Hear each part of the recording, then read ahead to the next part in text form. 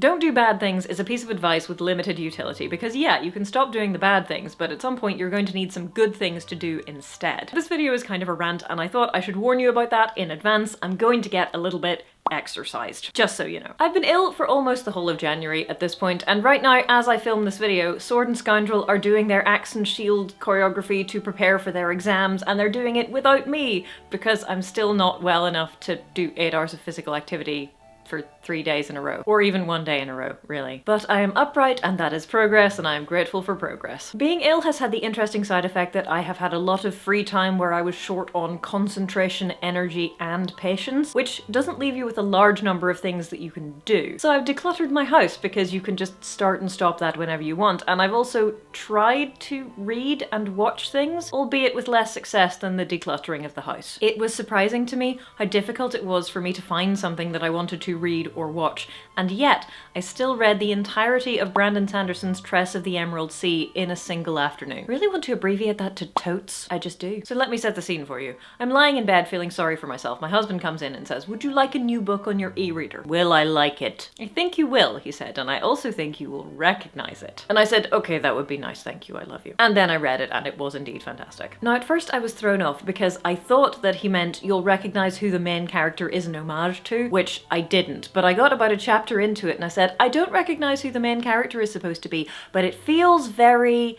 And then I said 2 words, in tone. And he said, yes, that was what I meant. I'm not going to tell you what the 2 words I said were because I feel like it's just a nice experience to be able to come to that realization yourself. But if you're very curious and you don't want to read the book, you can just look up Brandon Sanderson's author's note online, probably. Full Brandon Sanderson related disclosure, I liked Mistborn and I like Wax and Wane, but the rest of the Cosmere, I can take or leave it, honestly. I'm just not a big epic fantasy kind of person. But I really liked Tress of the Emerald Sea, and I think that if you're a fan of the things that we do on this channel, you will probably also like it. And compared to most of his other books, it's not a huge time commitment either, so that's always nice. And I've been thinking about enjoying books because in March I have a sponsored video and the sponsorship is for a book, and I've been reading some of that book in January as well, which is sort of published but sort of not.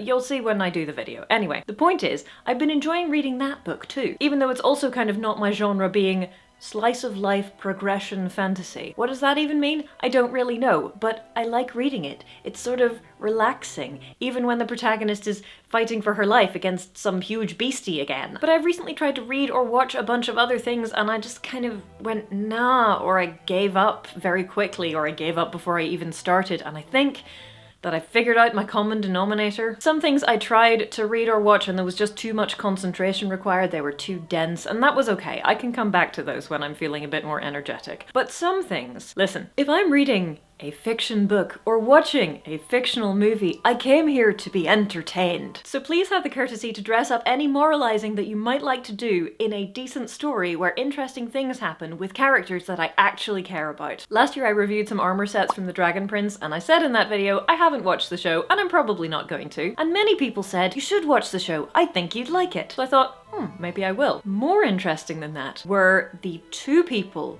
who said, you should watch The Dragon Prince, I think you would like it, but only seasons 1 to 3. And the intrigue of that, plus the large number of people who were just like, you'd like The Dragon Prince, was enough to get me started watching it. Season 1, as advertised, takes a little bit of time to find its feet. But considering that it's a children's show, it's pretty good. It's very watchable, and I watched season 2, and that was good too, and I watched season 3, and I was like, alright. And it came to a sort of satisfying arc finishing conclusion, and that was great. And I thought to myself, maybe these 2 people are incorrect. Let's give season 4 a go. Let's just watch the first episode and see. To the 2 people who told me that I should not bother with The Dragon Prince beyond the end of season 3, you were unequivocally correct in your interpretation of my personal tastes, and I'm a little bit concerned by that. But well done! 10 internet points for you. And 5 internet points for everyone who told me I would like The Dragon Prince, because I did, until the end of season 3. You know why? I watched 3 episodes of season 4, and the 3rd one I only watched because there was a cliffhanger at the end of episode 2, and Rayla came back, and I was like, Rayla! Yes! Maybe she will make something happen! But she did not. Nothing happens.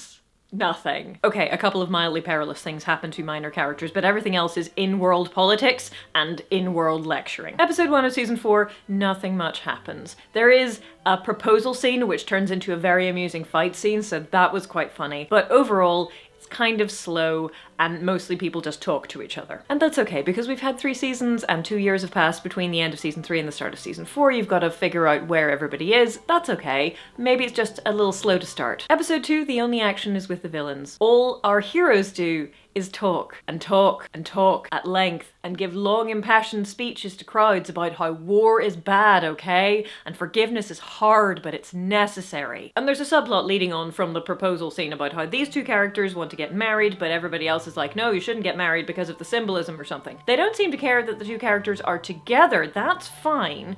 They just don't want them to get married because symbolism or something. Season 4 of The Dragon Prince, or at least the 3 episodes that I saw, is exactly like Latter-day Honor Harrington, where you have to wade through 200 pages of treaty negotiations or wranglings in the House of Commons before anybody blows something up. I mean, some people are into that, but I am not into that, so I just go and read On Basilisk Station again. So yeah, the first 3 seasons of The Dragon Prince, in my estimation, may be worth a watch. You might be into that. I enjoyed them. After that, I would recommend that you just go watch Avatar: The Last Airbender or The Mask of Zorro, because you know what? It's fun. And you know what isn't fun? Being lectured by a fictional 9-year-old about how war is bad. I'm sneaking in my actual recommendations very subtly, aren't I? Yes, no one will ever know. It's currently very popular on YouTube to rag on things which are bad, and it's particularly popular at the moment, at least in my circle, I think, to rag on Rings of Power and say why it's bad. I haven't watched Rings of Power. I'm not going to. I don't care. I'm not going to say I couldn't care less, because I probably could if I tried really hard, but I don't really care. But the reason YouTubers make those videos is because people will click on them. The general YouTube audience likes listening to people who are talking about something that they know about and think is bad,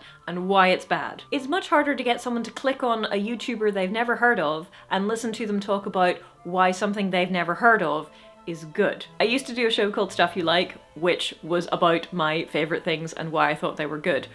But in order to grow an audience, you have to tell people why things they already like are good. And then maybe you can tell them about stuff they've never heard of. It's much easier to tell them about why things they don't like are bad. I'm not saying that I'm necessarily any different in my viewing habits, by the way, but if you find someone whose good opinion means something to you, treasure them and support them. The algorithm will not necessarily support them because negativity sells. As an example, I don't know how well this video is going to do, but give it a couple of weeks and then compare the view count of this, where I'm strictly speaking shouting about things, to videos where I talk nicely about things. Except I am sneakily telling you about things I actually do like under cover of ranting about things I don't like, so maybe I've cracked the secret YouTube code. We'll see. I'm currently back to making videos rather than working on the fantasy heroine book, which is currently entitled One Crisis at a Time. There is a lot of work to do on it, because I currently have a first draft, but you know what they say about those. You can read the first draft if you are a patron or a channel member, and you can now get like a free trial of Patreon, so if you want to, you can read it for free. You just have to sign up for Patreon and then remember to cancel.